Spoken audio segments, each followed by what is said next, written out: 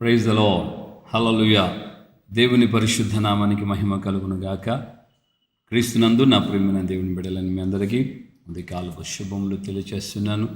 ప్రియులరా, మరి మన ప్రభువును రక్షకుడు ఈ సమయం ముందు ఈ విధంగా మీకు దేవుని యొక్క వాక్యాన్ని ప్రకటించడానికి ఆయన కృప చేత నాకు ఆయన సహాయం చేస్తూ ఆయన ఆత్మ చేత ఈ విధంగా నడిపిస్తున్నారు.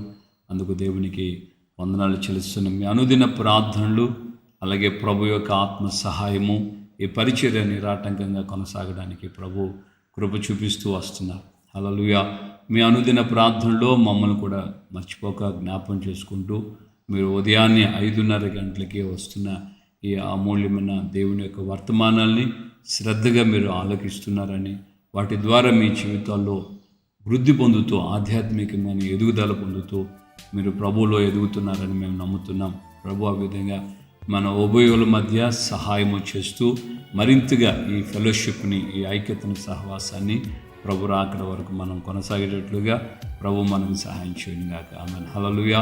సో దేవుని యొక్క లేఖనంలో నుండి మనం గమనించినప్పుడు సామెతల గ్రంథంలో నుండి ఒక మాట మనం చూస్తాం. 19వ అధ్యాయంలో బేదలను కనికరించేవాడు యెహోవాకు అప్పగిస్తాడు అని. మనం ఎవరైనా బేదల్ని గమనించినప్పుడు మనం వారికి సహాయం చేయటం ప్రారంభిస్తే ఖచ్చితంగా మనకు దేవుడు సహాయం చేస్తాడు. దేవుడు అట్టి వాడికి ప్రత్యుపకారము చేయను అని వ్రాయబడింది. దేవుని బిడ్డలారా, మనం గమనించాలి. మనము దేవుని యొక్క వాక్యానుసారంగా మనం గమనించినప్పుడు దేశంలో బేదలు ఉండక మానరు అన్నారు. నిశ్చయముగా బేదలు ఉంటారు. బేదలు ఉన్నప్పుడు బేదలకి మనం అవశ్యముగా మన చేతనైన సహాయము మనం చేయాలి. మనం ఆ విధంగా సహాయం చేసినప్పుడు దేవుడు మనకు ప్రతి ఉపకారము ఆయన చేస్తాడు. ఓ రోజున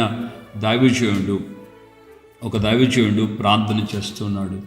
తన యొక్క ఆ యొక్క అనాథాశ్రమానికి 300 పౌండ్లు కావాలని ప్రభు సన్నిధిలో ప్రార్థన చేస్తున్నాడు. ఓ చోటుకి వెళ్ళాడు, అక్కడ వాక్యం చెప్పాడు.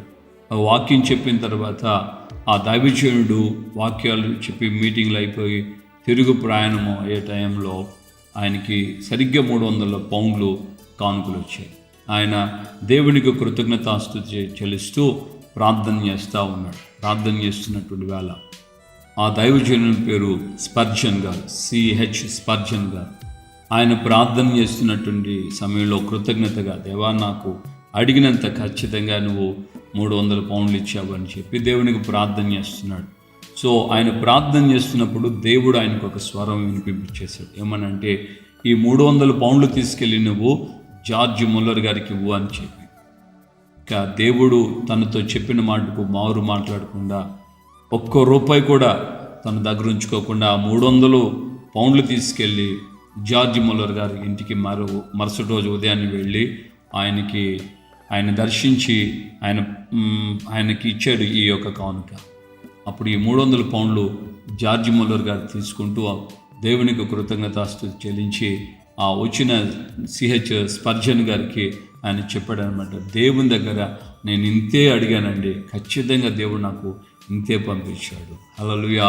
సో ఈ దైవజనుడు స్పర్జన్ గారు 300 పౌండ్లు జార్జ్ ముల్లర్ గారికి ఇచ్చేసేసి రిక్త హస్తాలతో ఇంటికి వెళ్ళిపోయిన తర్వాత ఆయనకు వచ్చినటువంటి ఆ యొక్క లెటర్స్లన్నీ కూడా గమనిస్తున్నటువంటి వాళ్ళలో ఎవరెవరో పంపించిన లెటర్స్ అన్ని చూస్తుండగా ఒక లెటర్లో ఒక చెక్కు ఉంది. ఆ చెక్కులో 600 పౌండ్లు అందులో మెన్షన్ చేయబడింది. 600 పౌండ్లు. ప్రియులారా, ఎంత గొప్ప దేవుడో చూడండి. మనము బీదలకి సహాయం చేయడం ప్రారంభిస్తే మన కోసం దేవుడు అద్భుతంగా మహిమలో మన ప్రతి అవసరాన్ని తీరుస్తాడని దైవజనుడు పౌలు చెప్పినట్లుగా నిశ్చయముగా ఆ దైవజనుడికి 300 పౌండ్లే అవసరం వచ్చాయి. కానీ దేవుడు పరీక్షించాడు, నువ్వు వెళ్ళి జార్జ్ ముల్లర్ గారికి ఇవ్వు అని. వెంటనే ఈయన మారు మాట్లాడకుండా తీసుకెళ్ళి ఆయనకి ఇచ్చేసాడు. ఆ సమయంలో ఈయన సంతోషంగా ఇంటికి వెళ్ళిపోయాడు. ఇక నువ్వు ఇచ్చావు, నేను ఇమ్మన్నావు, ఇచ్చేసాను, ఇదిగో నేను రిక్తహస్తాలతో ఇంటికి వెళ్తున్నాను. కానీ దేవుడు అప్పుడే ఆయన ఇంటికి చాలక మునిపే ఆయనకు ముందుగా సిద్ధపరిచాడు 600 పౌండ్లు. విమ్మన దేవుని బిడ్డలారా, మనం కనికరిస్తే దేవుడు తగిన సమయం ముందు మనకు ప్రతి ఉపకారం చేస్తాడు. చాలామంది ఈ రోజున ఇలాగే దేవుని ఆశీర్వాదాలు కోల్పోతూ ఉన్నారు. మనము ఎవరికైనా సహాయం చేద్దామని అంటే మాకే లేదు, మాకే తక్కువ, మాకే ఈ పరిస్థితి, ఇక మేమే ఆడిచ్చేదిలే, ఇప్పుడు అసలుకి ఇద్దామంటావా, అసలు దేవుని ఆలోచనైనా, ఇలాగ రకరకాలైన ఆలోచనలన్నీ కూడా మనిషికి వారి హృదయాల్ని చెడగొడతా ఉంటాయి. దేవుని మాటకు లోబడేదానికంటే కూడా ఇక ఈ విధంగా సాతాను మాట కానీ, సొంత శరీరపు ఆలోచనలు కానీ, పరిస్థితులకు కానీ తలొగ్గి ఓకే ఈ విధంగా ఉంటే మనం చేయలేం, మన వల్ల కాదులే, కష్టంలే అని చెప్పి మొహమాటం లేకుండా దేవుని యొక్క చిత్తానికి దూరం అయిపోతారు. తద్వారా దేవుని ద్వారా మనకు వచ్చే ఆశీర్వాదాలు పూర్తిగా మనం కోల్పోతాం. ఏమైనా దేవుని బిడ్డలారా, సార్ ఆలోచించండి. దేవుడు నమ్మదగిన దేవుడు, న్యాయవంతుడైన దేవుడు. మనము అడిగిన వాటికంటే, ఊహించిన వాటికంటే అత్యధికంగా ఆయన సహాయం చేయగలిగిన దేవుడు. మరి ఆ దేవుని మనం కలిగి ఉన్నాం. దేవుని మాటకు లోబడుతూ నీకు నీ చేతనైనంతగా ఈ దినపు జీవితంలో, ఈ యొక్క దిన ప్రయాణంలో నీ చేతనైనంతగా నమ్మకంగా నువ్వు దేవుని పేరట పేదలుగా ఉన్నవారిని, ఇబ్బందుల్లో ఉన్నవారిని, వృద్ధాప్యంలో ఉన్నవారిని నువ్వు ఆదుకో. దైవజనుడు యాకోబు కూడా తన పత్రికలో ఈ మాట రాశాడు కదా, నిజమైన భక్తి ఏదనగా దిక్కులేని వారిని, బీదలను, విధవరాండ్లను వారి ఇబ్బందుల్లో పరామర్శించాలి, ఇహలోక మాలిన్యం అంటకుండా ఈ విధంగా మనం చెయ్యాలి అని దేవుని యొక్క లేఖనం చాటుగా చెప్తుంది. తల్లి అయినటువంటి మదర్ తెరిసా గారు ఈ దేశంలో ఎంతగా ఆమె పనిచేశారో మనందరికీ తెలిసిన విషయమే. ఆమె యొక్క జీవితంలో జరిగిన ఒక సంభవాన్ని నేను చదివానని మీకు చెప్తున్నాను. ఆవిడ ఒక హిందూ కుటుంబానికి కొంత బియ్యం తీసుకెళ్ళి ఆమె ఇచ్చింది. ఆమె ఇస్తే ఆ కొంత బియ్యంలో ఆ యొక్క సహోదరి సగం తీసుకెళ్ళి 2, 3 ఇంటిలో ఉన్నటువంటి ఒక ముస్లిం సహోదరికి ఆమె ఇచ్చొచ్చింది. ఈ మదర్ తెరిసా గారు ఇక్కడే ఉన్నారనమాట.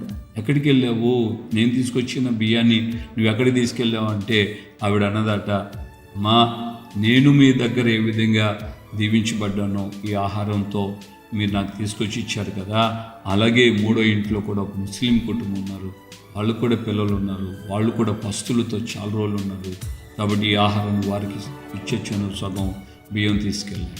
ఒకసారి ఆలోచించండి. మనకున్న దాంట్లో మనం ఇవ్వడానికి మనకు మనస్సు రావాలి. ఇది దేవుని మనసు. ఆ మనసు మనం కలిగి ఉండాలి.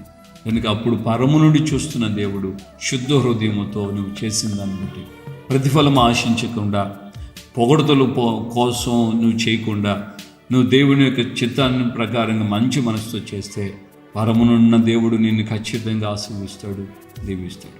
దేవునికి మహిమ కలుగును గాక. ప్రార్థన చేసుకుందామా. ప్రేమగల తండ్రి, మీ పాదాల స్తోత్రాలు.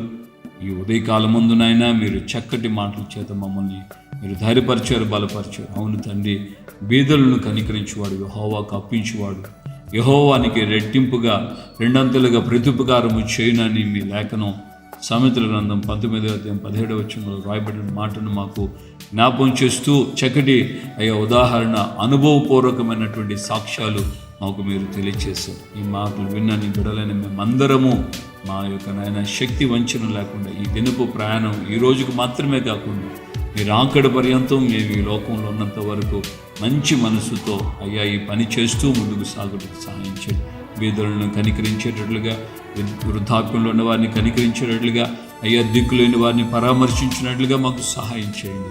ప్రభు చేత బలపరచండి. తద్వారా ఇహపరమందు పరము నుండి మీరు చూస్తున్న దేవుడు కనుక నిత్యముగా మీ యొక్క దీవెన ఆశీర్వాదం మాకు 2 మేము అడిగిన వాటన్నిటికంటే, ఊహించిన వాటన్నిటికంటే అత్యధికమైన కార్యాలు మీరు చేసే దేవుడు కనుక మా జీవితంలో కూడా అనుభవపూర్వకంగా ఆ విధంగా నడిపించి మీ నామాన్ని మీరు మహిమ తెచ్చుకోబోతున్నారని స్తోత్రం. ఒక్కొక్క బిడ్డని మీరు ఆశ్రయించి దీవించమని యేసు నామములో ప్రార్థన చేసి నామముతో ఆమేన్. మన ప్రభువైన యేసుక్రీస్తు కృపయు, తండ్రి అయిన దేవుని ప్రేమ, పరిశుద్ధాత్మిక అన్యోన్య సహవాసం, సమాధానం ఇప్పుడు ఎల్లప్పుడు సకల పరిశుద్ధులకి మనకును ప్రభు రాత్రి పర్యంతం కృపతోడే నడిపించుగాక. ఆమేన్. హల్లెలూయా. ప్రభువుకు వందనాలు. నిశ్చయంగా దేవుని యొక్క పేరట నీవు ఏమైతే చేస్తున్నావో పరము నుండి దేవుడు నీకు అంతే విధంగా సహాయం చేస్తాడు, నేను ఆశీర్వదిస్తాడు. కృపని నా విధంగా బలపరుస్తూ నేను నడిపించు.